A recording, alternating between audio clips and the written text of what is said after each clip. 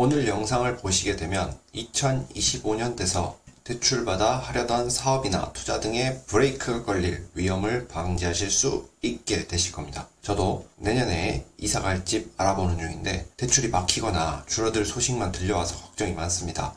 여러분도 그런 경우들이 많으실 텐데 미리 대비하셔서 금리 혜택, 한도 챙기시길 바라겠습니다. 시작하기 전에 구독, 좋아요, 알림 설정 해주셔서 응원해주시면 감사하겠습니다. 안녕하세요. 여러분, 정부지원금 복지정책 알려드리는 남자 정봉남입니다. 오늘은 정말 중요한 소식을 들고 왔습니다. 바로 2025년 대출 중단 은행 상황에 대한 이야기입니다. 최근 대출을 계획하셨던 분들에게는 안타까운 소식이지만 그만큼 알아야 할 정보도 많습니다. 그 뉴스를 보면 대출 중단, 비대면 대출 제한, 은행 대출 규제 강화 같은 단어들이 계속 나오고 있습니다. 과연 이게 무슨 상황인지, 왜 이런 일이 벌어지고 있는지 궁금하실 겁니다. 오늘은 이 모든 걸 하나씩 정리해 보겠습니다. 먼저 현재 상황부터 살펴보겠습니다. 최근 우리나라 시중 은행들이 비대면 대출 상품 판매를 잇따라 중단하거나 한시적으로 제한하고 있다는 소식입니다. 이미 우리은행, 신한은행, 기업은행, 그리고 하나은행까지 대출 중단 대열에 동참했는데요. 주로 비대면 대출 상품들이 중단되었습니다. 그렇다면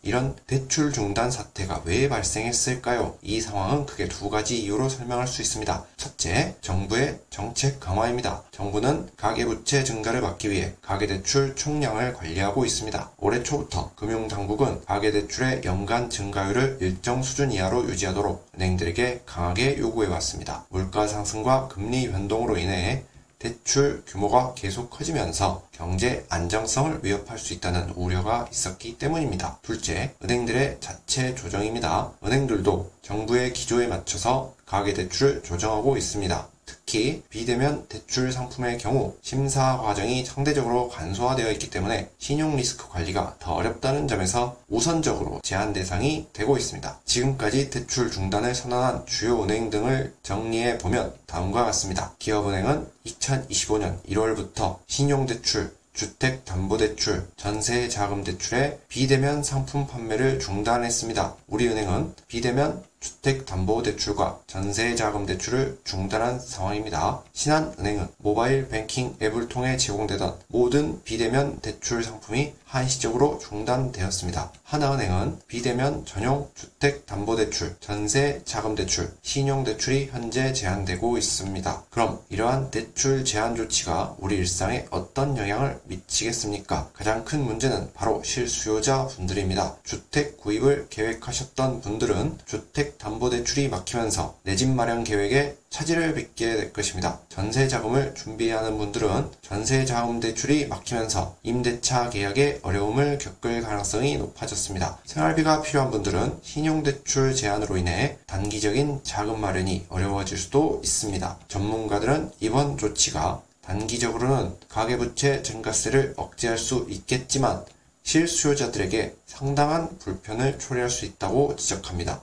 특히 대출 없이 해결하기 어려운 긴급 자금 수요가 있는 분들에게는 큰 타격이 될 수 있습니다. 이쯤에서 궁금하실 수도 있습니다. 대출 제한이 언제까지 계속될까? 금융당국과 은행들은 이번 조치가 일시적이라고 주장하지만 현재 상황을 보면 이번 조치가 내년 말까지는 계속될 가능성이 높아 보입니다. 여기까지 현재 대출 중단 사태의 원인과 주요 내용을 살펴봤습니다. 다음으로 넘어가기 전에 구독과 좋아요 깜빡하셨다면 지금 눌러주시길 부탁드립니다. 이번에는 현재 대출이 가능한 은행과 실질적인 대응 방안, 그리고 앞으로의 전망에 대해 이야기해 보겠습니다. 우선 현재 대출 제한이 없는 은행을 살펴보겠습니다. 지금 시중은행 중에 대출 제한 조치를 시행하지 않은 유일한 은행은 국민은행입니다. 하지만 이마저도 조만간 비대면 대출을 포함한 여러 상품의 중단 가능성이 점쳐지고 있습니다. 금융당국의 압박과 시장 상황을 고려했을 때 국민은행도 대출 제한 대열에 합류할 가능성이 크기 때문입니다. 이제 대출이 필요하신 분들이 어떤 방식으로 대응할 수 있을지 실질적인 방안을 알아보겠습니다. 먼저 대출이 완전히 막히기 전에 은행 창구를 통해 대면 대출을 신청하는 방법이 있습니다. 현재 비대면 대출 상품은 중단되었지만 은행 지점을 방문해 대출 심사를 요청하는 방식은 일부 가능한 곳이 남아 있습니다. 특히 대출 금리가 약간 높아지더라도 긴급 필요 자금이 있으신 경우라면 대면 상담을 통해 해결할 수 있는 방법을 적극적으로 찾아보시길 추천드립니다. 또 다른 방안은 지역 내 신협, 새마을금고 같은 금융기관을 활용하는 것입니다. 이런 기관들은 대출 제한 조치에 영향을 상대적으로 덜 받기 때문에 신용이나 소득 요건만 충족된다면 대출 가능성이 높습니다. 다만 상호 금융기관의 대출 상품은 조건이 은행 상품과 다를 수 있으니 사전에 꼼꼼히 확인하는 것이 중요합니다. 다음으로 가족이나 지인을 통한 자금 조달을 고려할 수 있겠죠. 대출 대신 가까운 사람들로부터 필요한 자금을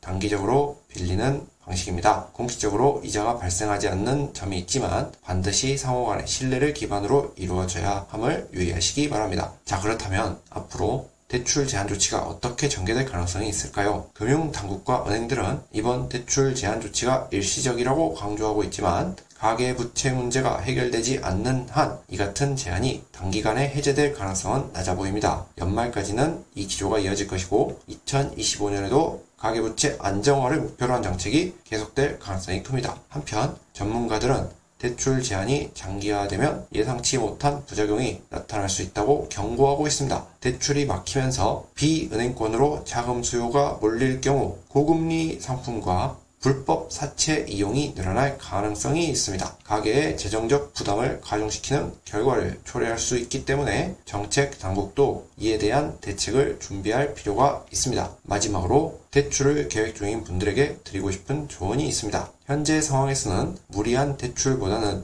지출 계획을 재검토하고 자금 사용 우선순위를 명확히 하는 것이 더 중요합니다. 대출이 꼭 필요한 경우라면 가능한 모든 금융상품들을 꼼꼼히 비교해보고 가장 합리적인 선택을 하시길 바랍니다. 오늘은 대출 중단 사태에 대한 보다 구체적인 상황과 대처 방안에 대해 이야기했습니다. 여러분은 이 사태에 대해 어떻게 생각하십니까? 정책적으로 필요한 조치라고 보시나요? 아니면 지나친 규제라고 느끼십니까? 대출로 여러분의 의견을 댓글로 여러분의 의견을 남겨주시면 영상 제작에 많은 도움이 될 것 같습니다. 오늘 영상 유익하셨다면 구독, 좋아요, 알림 설정 잊지 말아주세요.